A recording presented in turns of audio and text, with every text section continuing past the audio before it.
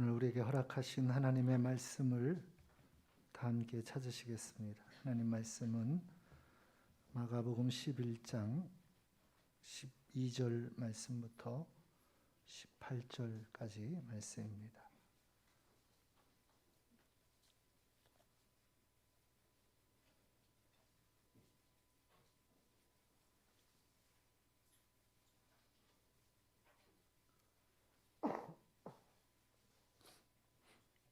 마가복음 11장 12절로 18절까지 말씀, 우리 한 절씩 말씀을 교독하시겠습니다. 이튿날 그들이 베다니에서 나왔을 때에 예수께서 시장하신지라.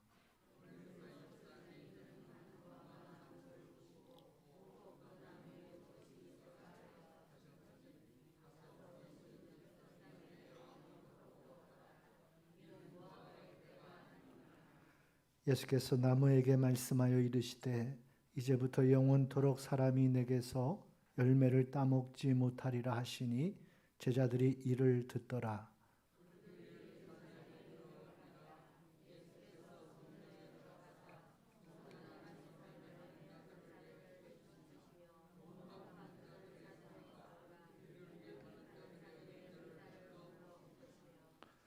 아무나 물건을 가지고 성전 안으로 지나다님을 허락하지 아니하시고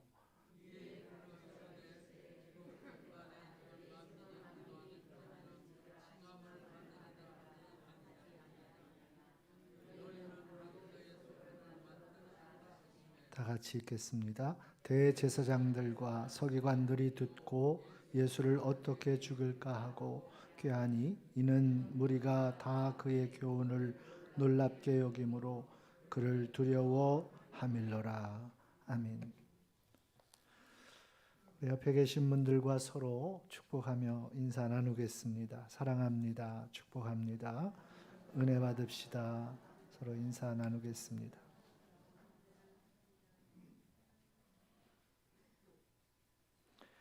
시간 예배하는 모든 성도님들에게 하나님의 크신 은혜와 평강이 충만하시기를 예수님의 이름으로 축원합니다. 오늘은 성령 강림 후 21번째 주일이고요. 또 마틴 루터의 종교개혁을 기념하는 종교개혁 505주년 기념주일입니다.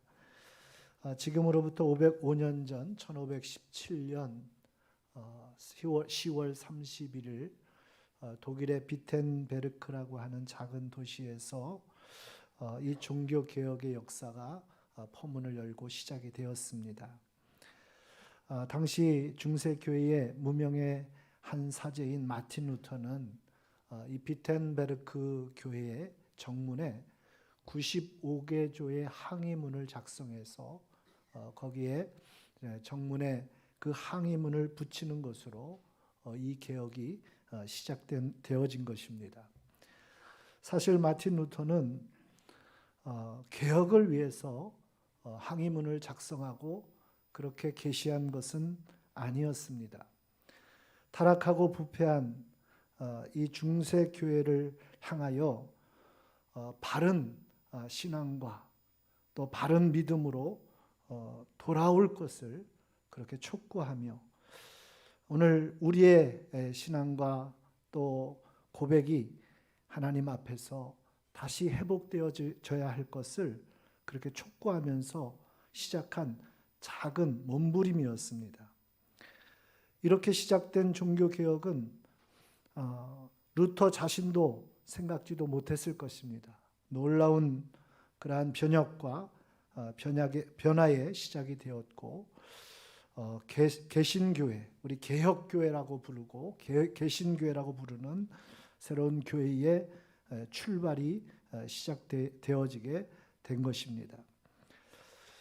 우리는 종교개혁을 통해서 무엇을 생각해 보아야 할까? 여러분, 종교개혁을 통해서 우리는 어떤 거창한 일들을 생각해 보고 또 그러한 것들을 이 교회에서 계획하고 또 실행하는 모습들을 보지만 정말 중요한 것은 무엇일까? 여러분, 종교개혁을 통해서 우리는 이것을 기억하셔야 됩니다. 교회와 성도는 하나님의 말씀과 그리고 복음 위에 매일 바로 서야 한다는 것입니다. 여러분, 종교개혁은 그 시작이 말씀과 복음에서 벗어난 교회와 성도, 그 아픈 어두운 시대의 그 교회의 모습을 통해서 하나님이 교회를 새롭게 일으키고 세우시고자 하시는 그 거룩한 역사를 이 종교개혁이라고 하는 것입니다. 그러므로 종교개혁의 가장 중요한 것은 교회와 성도가 하나님의 말씀, 복음 위에 다시 돌아서는 것입니다. 타락하고 부패한 교회와 성도가 변질된 그러한 신앙의 길에서 오늘도 복음에서 벗어난 그 자리에서 돌이켜 본래의 자리로 되찾는 것, 본질의 자리를 회복하는 것, 이것이 바로 종교개혁의 또 그 개혁을 우리가 기억하면서 가져야 할 정말 중요한 신앙의 자세인 줄로 믿습니다. 종교개혁을 통해서 우리는 또 한 번 깨닫습니다. 우리가 다시 한번 우리의 신앙을 돌아보아야 한다는 것입니다. 우리 교회의 그러한 영적인 실상을 다시 한번 직시해야 된다는 것입니다. 이것이 아프고 힘든 일일지라도 우리는 말씀 앞에서, 하나님의 이 거룩한 복음 앞에서 우리의 신앙은 그 말씀과 복음의 길을 온전히 순종하고 있는지를 우리는 다시 한번 돌아보아야 할 줄로 믿습니다.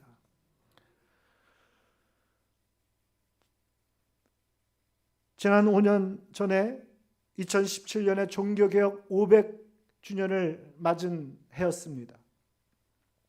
종교개혁 500주년을 맞이해서 전 세계의 수많은 교회들이 앞을 다투어서 개혁을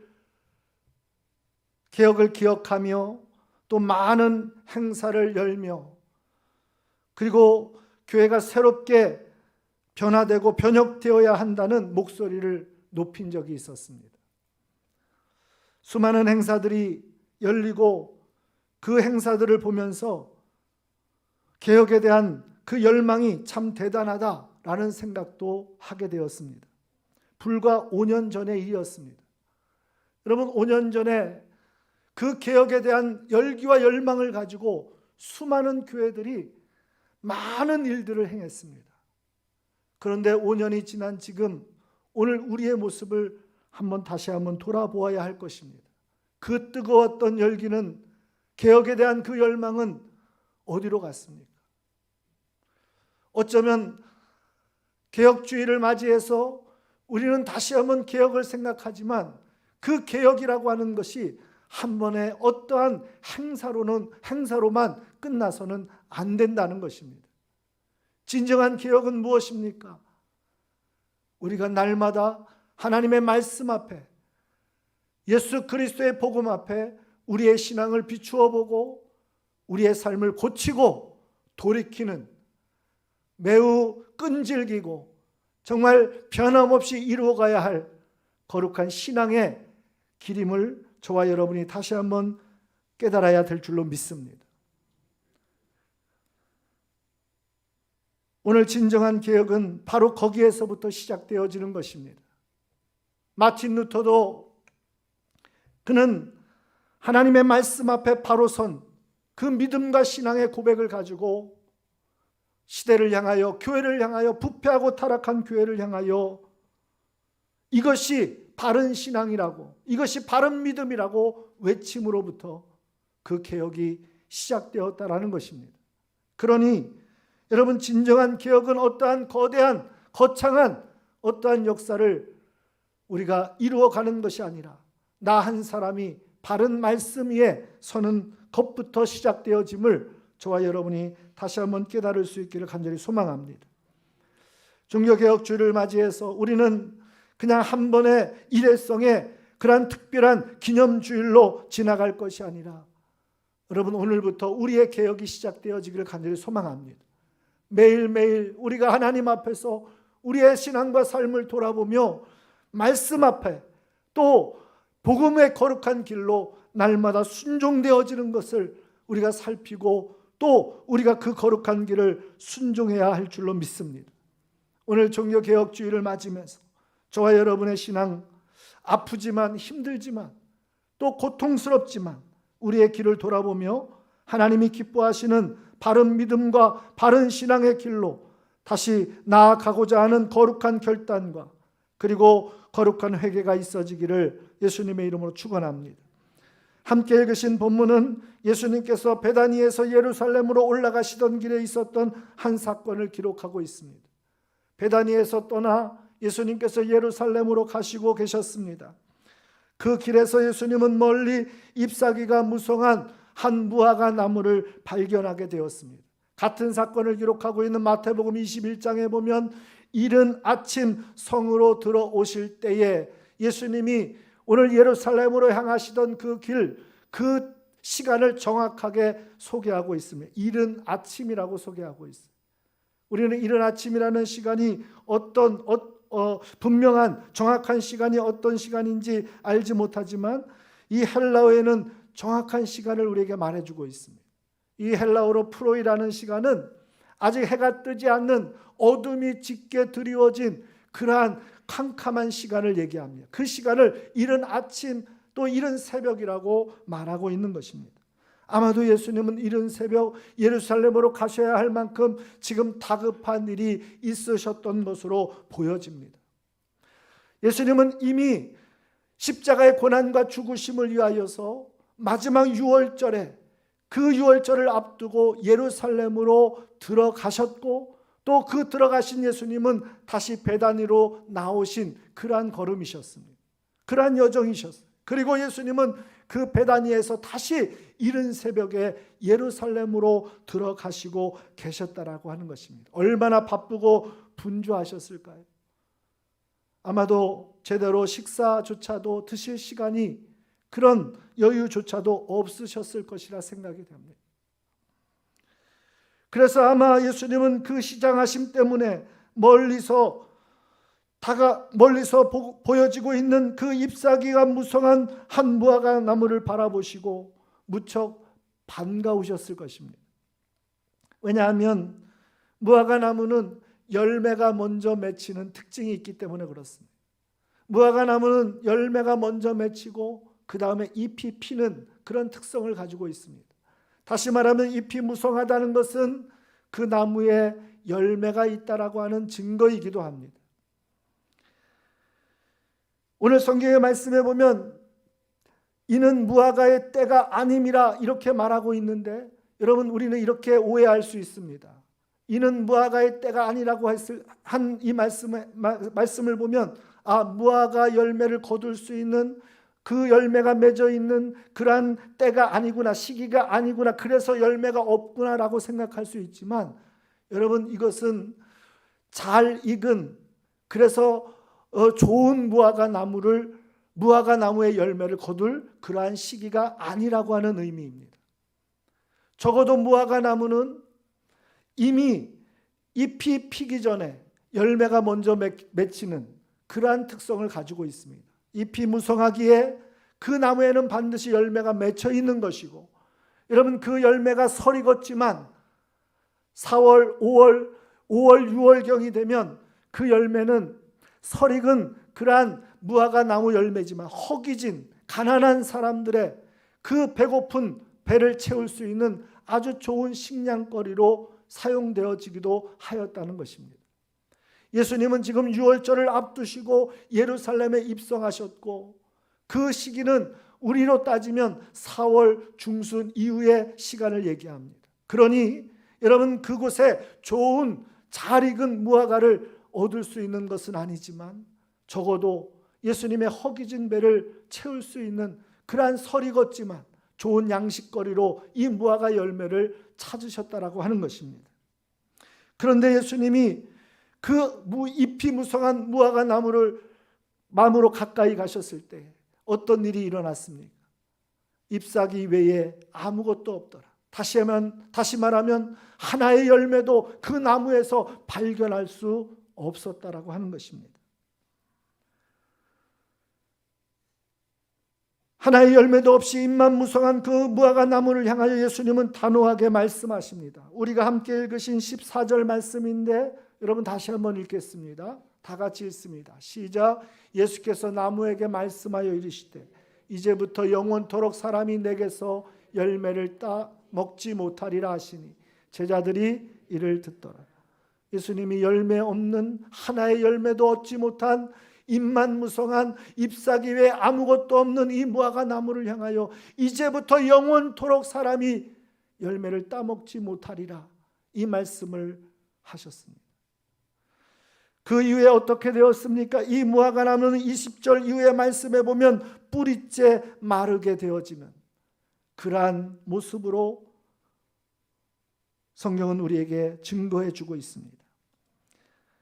여러분, 오늘 이 말씀에 의미하는 바가 무엇이겠습니까? 예수님은 이 잎만 무성한 무화과 나무를 저주하시며 그 저주하심의 사건을 통하여서 오늘 우리에게 무엇을 가르쳐 주시고자 하시는 것입니까?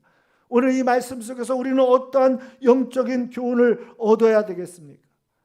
성경을 바로 배우고 여러분 잘 알기 위해서 여러 가지 연구의 방법이 있어요. 여러 가지 방법이 있는데 그 중에 여러분 우리가 가장 중심에 두고 중요한 그 방법 중에 하나가 전후 문맥을 함께 보는 것입니다. 잎만 무성한 무화과 나무의 저주의 사건과 오늘 우리는 그 뒤에 이어서 나오는 성전 정화 사건이 함께 연결되어져 있다는 사실을 눈여겨보아야 된다는 것입니다. 여러분, 두 사건을 연결해 볼 때 잎만 무성한 이 무화과 나무를 저주한 이 사건이 오늘 우리에게 무엇을 의미하는지가 분명하게 드러나게 되어진다는 것입니다. 예수님이 베다니에서 예루살렘으로 이른 새벽같이 올라가셔서 그 예루살렘에 올라가신 예수님이 행하신 일이 무엇입니까? 성전에 들어가셨어요. 그리고 그 성전에 들어가셔서 울분을 터뜨리시며 성전에 매매하는 자들, 또 돈 바꾸는 자들, 비둘기 파는 자들, 그들의 상과 의자를 뒤엎으시며 예수님은 아무도 성전의 물건을 가지고 지나다님을 허락하지 않는 성전 정화의 사건을 행하셨다라고 하는 것입니다. 여러분, 예수님이 왜 그 성전에서 이런 충격적인 일을 행하신 것입니까? 하나님을 예배하는 그 거룩한 성전에서 예수님은 왜 이렇게 거친 폭력적인 모습으로 그 일을 행하셨냐라고 하는 것입니다. 우리는 이러한 예수님을 성경에서 만나보지 못했습니다. 언제나 예수님은 은혜로운, 또 은혜가 많으신, 긍휼이 많으신 그러한 분이셨어요. 예수님은 누구보다도 자비로우신 분이셨어요. 현장에서 간음하다가 잡혀온 그 여인도 누구든지 돌 없는 자가 치라 하시고 예수님은 그 여인을 감싸 안으며 새로운 인생의 길로 그 여인을 세워주셨어요. 여러분, 한 번도 예수님은 이런 모습을 보이신 적이 없으셨어요. 그런데 오늘 본문의 말씀을 보니 예수님은 이 성정에서 그 어떤 모습보다도 거친 폭력자의 모습으로 충격적인 이 성전 정화 사건을 행하시고 계셨다라는 거예요. 과연 무엇 때문이었을까요? 예수님은 이렇게 말씀하시죠. 내 집은 만민이 기도하는 집이라 일컬어짐을 받으리라 하였는데 너희가 강도의 구렬로 만들어 버렸다라고 주님은 책망하고 계시는 거예요. 왜 예수님은 그 거룩한 성전을 향하여 강도의 구렬이라고 그렇게 말씀하고 있는 거예요? 여러분, 이 말씀이 오늘 우리의 마음이, 또 우리의 신앙이, 우리의 모습이, 여러분 그 모습 속에 이 강도의 구렬이라는 말씀 앞에 여러분 찔려지는 은혜가 있어지기를 소망합니다. 왜 강도의 구렬이라고 그랬어요? 여러분, 성전이라는 곳은 이스라엘 백성들의 가장 중요한 신앙과 삶의 중심이 되는 곳입니다. 성전은 하나님의 임재가 있는 곳입니다. 하나님의 은혜가 임하는 곳입니다. 하나님의 영광이 임하는 곳입니다. 그곳은 거룩한 하나님의 백성들과 자녀들이 하나님을 경외하며 예배하는 곳이요, 하나님 앞에 무릎 꿇고 눈물로 기도하며 하나님의 은혜와 긍휼을 덧내는 곳이어야 합니다. 그런데 왜 강도의 구렬이 되었다고 말씀하고 있습니까?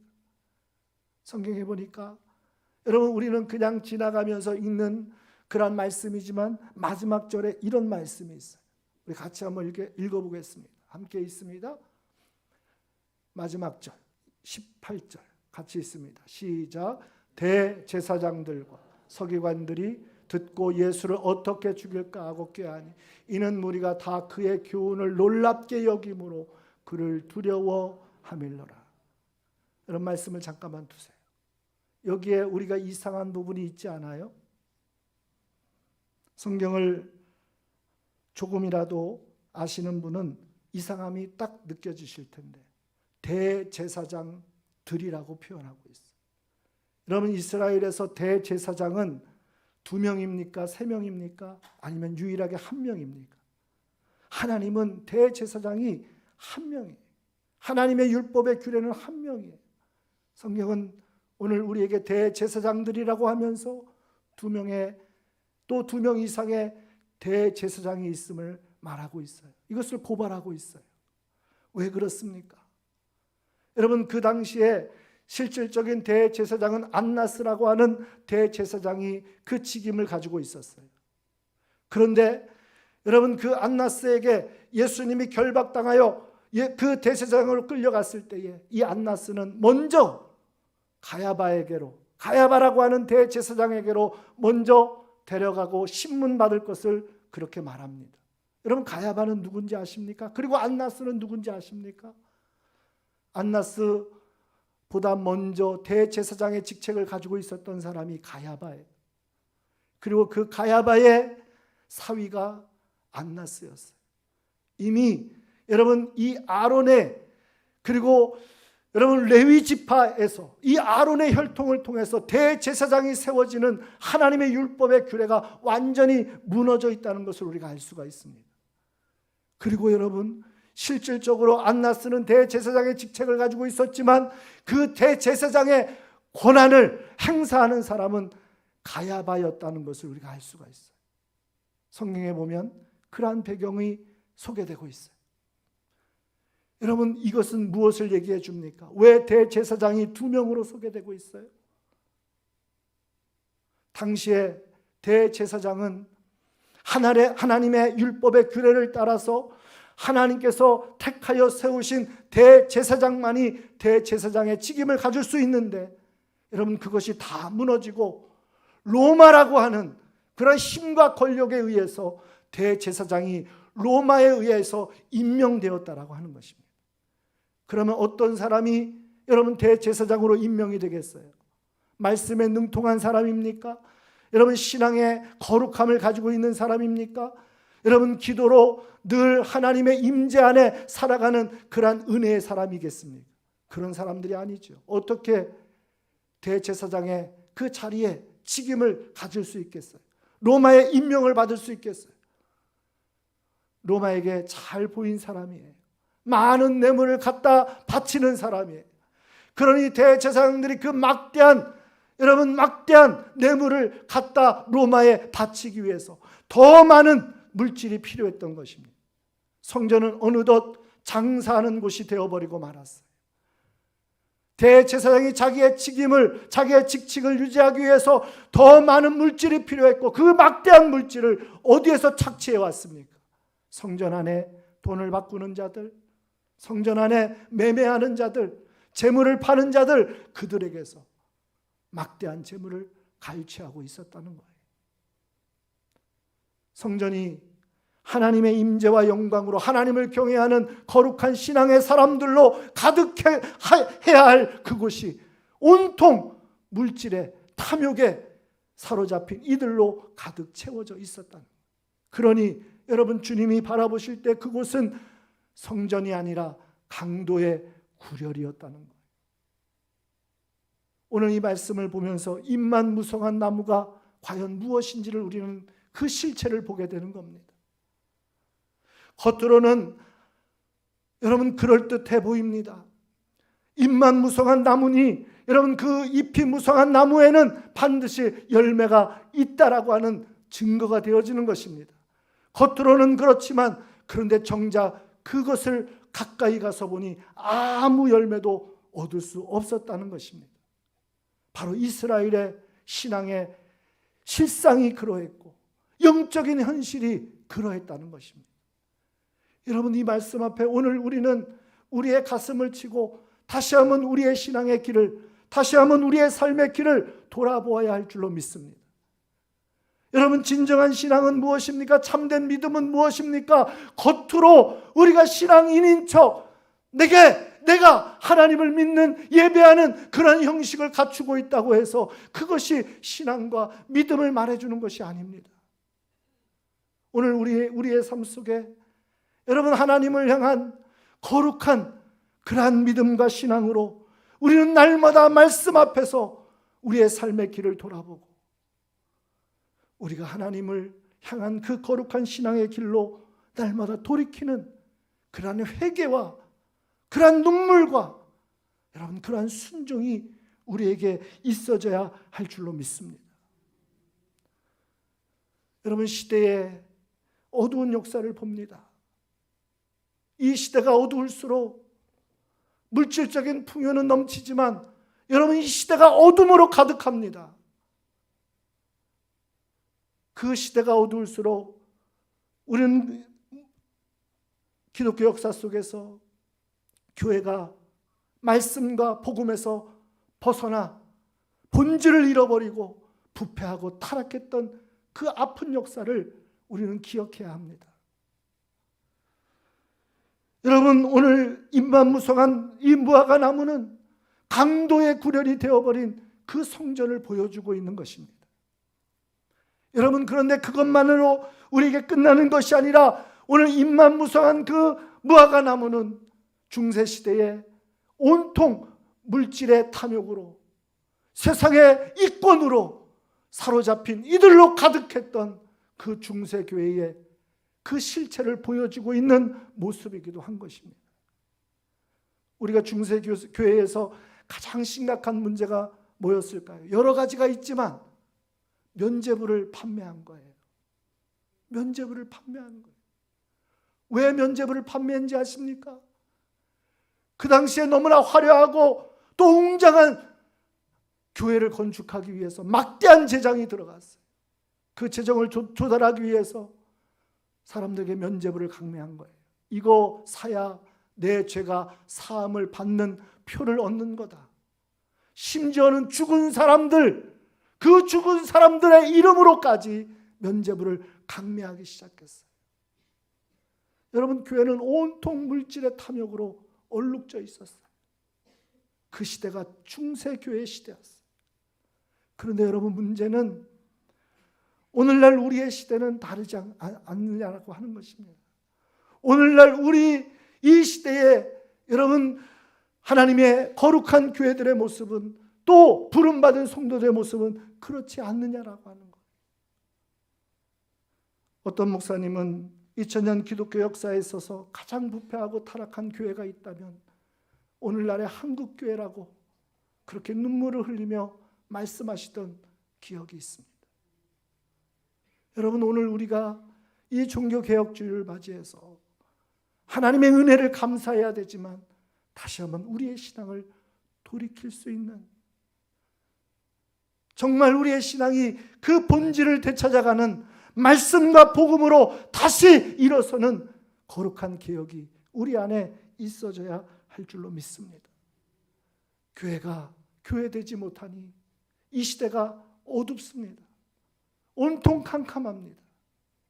어제도 그랬고 오늘도 그랬고,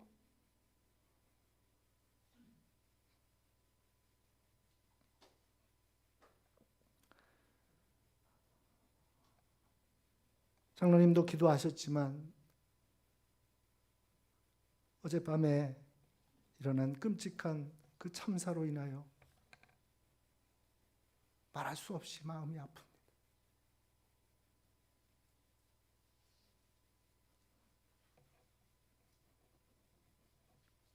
이 어두운 시대 앞에 교회가, 성도가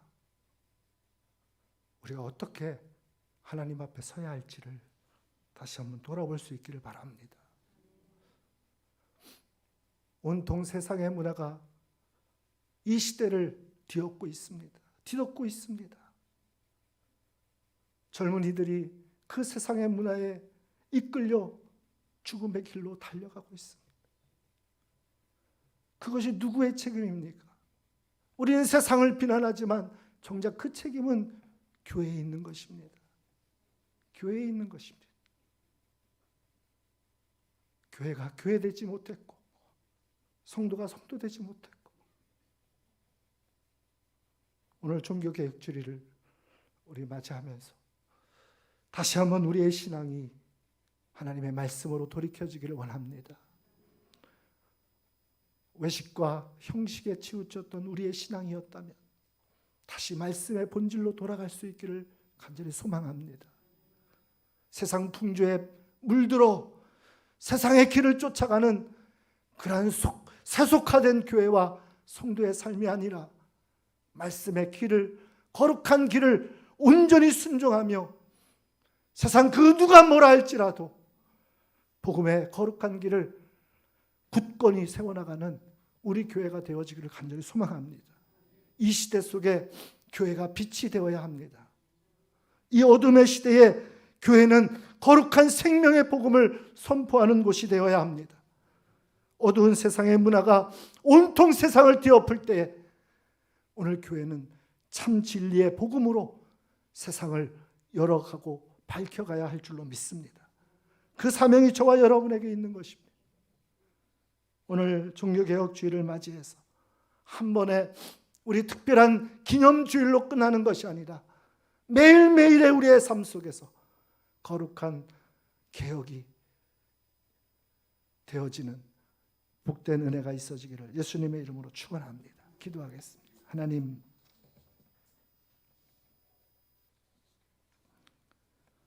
오늘 우리의 마음을 찢고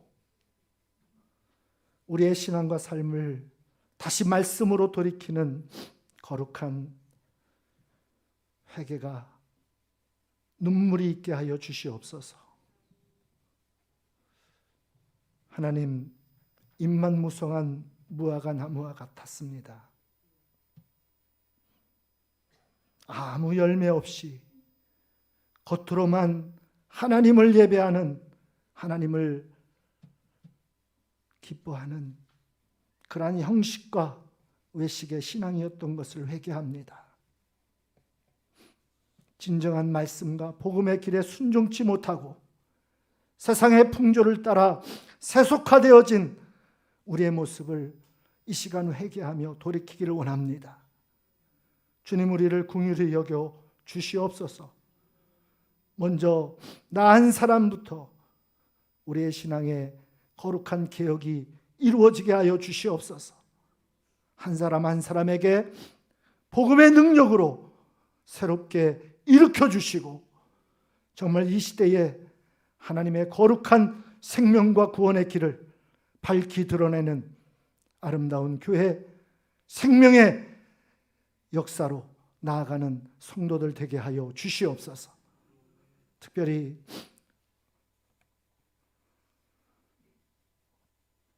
끔찍한 참사로 눈물로 얼룩진 이 나라 이 민족을 하나님 긍휼히 여겨주시고 불쌍히 여겨주시고 애통하는 마음들, 슬퍼하는 마음들 하나님이 위로하시고 특별히 이 끔찍한 참사가 속히 수습되게 하시고 그래서 우리가 하나님 앞에 다시 새롭게